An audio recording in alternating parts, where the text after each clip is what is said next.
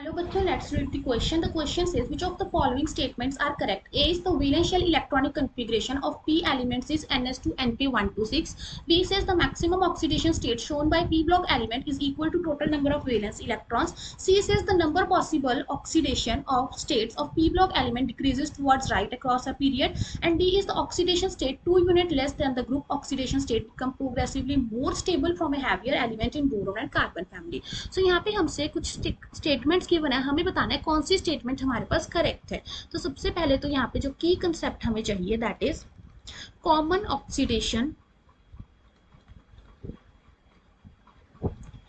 State of P block element. So P block element की जो common oxidation state है उनके बारे में हमें पता होना चाहिए। तो सबसे पहले तो जनरल जो इलेक्ट्रॉनिक कन्फिग्रेशन होती है पी ब्लॉक एलिमेंट की दैट इज NS2Np126। ये एक्सेप्ट हीलियम, क्योंकि हीलियम में सिर्फ NS2 होता है, उसमें Np नहीं होता। सो हमारे पास जो फर्स्ट स्टेटमेंट है that is वैलेंशियल electronic configuration of P element is NS2Np126, वो करेक्ट है। अब हमारे पास सेकंड कहा गया है कि जो मैक्सिमम ऑक्सीडेशन स्टेट है shown by p block element वो इक्वल होती है to the number of valence electrons. So ये बिल्कुल सही है। फॉर एग्जांपल लेटर से हम ग्रुप 13 की बात करते हैं। सो ग्रुप 13 की जो जनरल कन्फिग्रेशन है दैट इज NS2Np1। सो यहाँ पे अगर हम इसके वैलेंस इलेक्ट्रॉन काउंट करेंगे that means electrons in NS and Np that will be 2+1।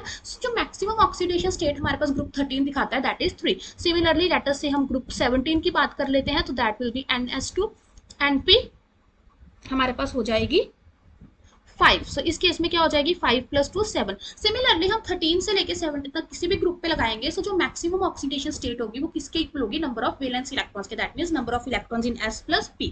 So B statement भी हमारे पास करेक्ट है। सो इसके अकॉर्डिंग हमारे पास आंसर ए आ गया that is A, B and D। But हम C और D भी देख लेते हैं। C में हमें कहा गया है the number possible oxidation state of P block element decreases towards right across a period. So यहाँ पे क्या है, मान लो हमारे पास ये ग्रुप 13 है, ग्रुप 14 15 16 एंड 17। सो जो ग्रुप 13 की हमारे पास जो वेरियस ऑक्सीडेशन स्टेट्स होती हैं जैसे कि +3 एंड +1, ओके, हमारे पास ग्रुप 14 की होती हैं +4 +2, इसकी +3 +5। ग्रुप 6 जो हमारे पास 16 है वो उसकी कौन कौन सी हो सकती है, -2 +2 +4 +6। सिमिलरली 17 की -1 +1 +3 +5। So this are the various oxidation state. So हम क्या देख रहे हैं कि ये जो इनका नंबर है वो इंक्रीज कर रहा है लेफ्ट टू राइट, वो डिक्रीज नहीं कर रहा। दैट मीन्स ये स्टेटमेंट हमारे पास क्या हो गई, इनकरेक्ट हो गई। और डी स्टेटमेंट कह रही है कि जो ऑक्सीडेशन स्टेट है 2 unit less than the group oxidation state become progressively more stable for the heavier element in boron and carbon family. So let us से हम बोरोन फैमिली की बात करते हैं।